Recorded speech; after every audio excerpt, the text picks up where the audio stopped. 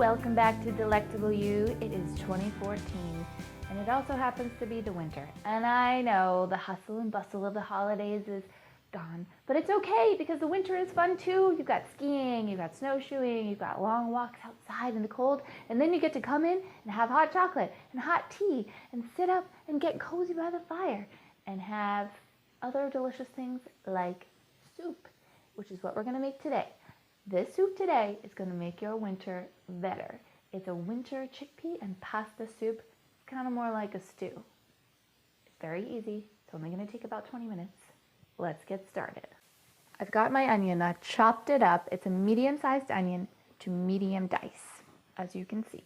I'm going to put this into a tablespoon of olive oil that's been heating up over medium heat, like this. Ooh, yes. Hello, sizzle. Gonna get all the onions in there, and then you're gonna add 1.5 teaspoons of dried thyme to this. You know me, I like to measure without measuring spoons. It's okay. And I'm gonna mix all of this up so that all of the oil coats the onions and the thyme. And I'm just gonna let this simmer for about 5 to 7 minutes until the onions are nice and translucent. All right, so I've been mixing these onions up every minute or so as they've been simmering and sauteing in the pan, and they look pretty buttery to me. So now I'm gonna add 2 cloves of garlic that's been minced up. And the reason I'm adding it now is because if we added it before, garlic burns really easily. And when garlic burns, it tastes bitter. We don't want the bitterness, we want the delicious garlic. So I'm going to mix the garlic in just a little bit, and around 30 seconds or so, I'm going to start smelling the fragrance of the garlic, and that is as far as we want to go. And then we're going to add our next ingredient, which is 3 plum tomatoes from a can and a little bit of their juices. Now, I had a can left over, and there are actually 4 plum tomatoes, so I'm just going to add all of them. It's all good. It's your show. You can do whatever you want. So here are my plum tomatoes. I'm going to add that in. I can smell the garlic. It smells so good. Here we go. Tomatoes. Notice I'm wearing the apron. It's because these babies splash and you don't want to stain your clothes. So now that the plum tomatoes are in here, they're whole. I'm going to messily cut them up into reasonably sized, bite-sized pieces so that when somebody's taking a bite of their stew, they don't get a giant plum tomato. They just get like a little bite-sized piece. Ow. All right.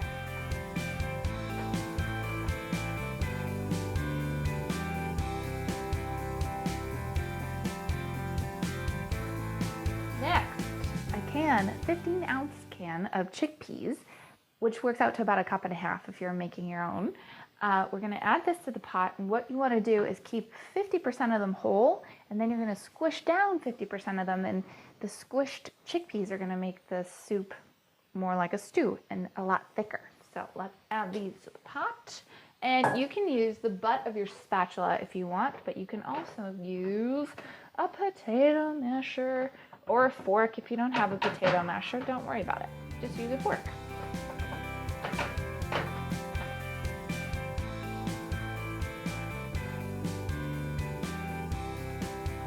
About 50% of those chickpeas are nice and squished up, and I can still see some whole ones. So this is exactly where I want it to be. Don't worry if it's 60-40 or 75-25. It's totally fine. Like I said, it's your soup.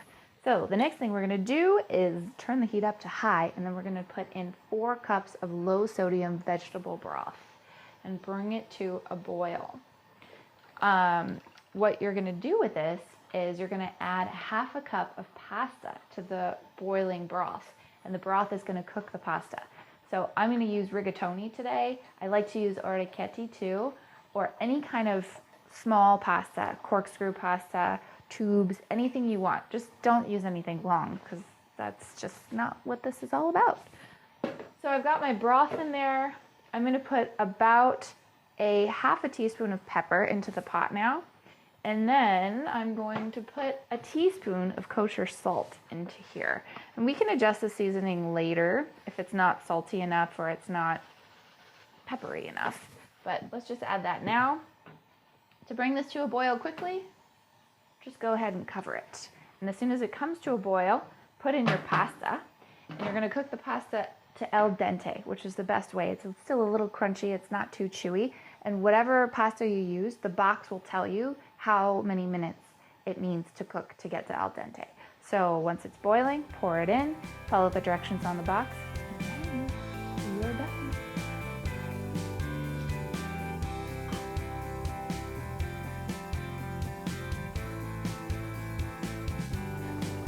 All right, so before I turn this soup off, I need to test the pasta for doneness.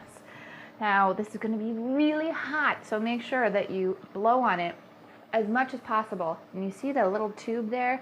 That's gonna hide a lot of hot water that's going to burn your tongue. Don't do that. Keep blowing on it. Perfect, spices are good. Don't need any more salt and pepper. I'm gonna turn this off.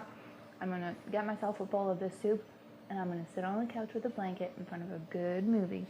Because that's what you do in the winter, because it rocks.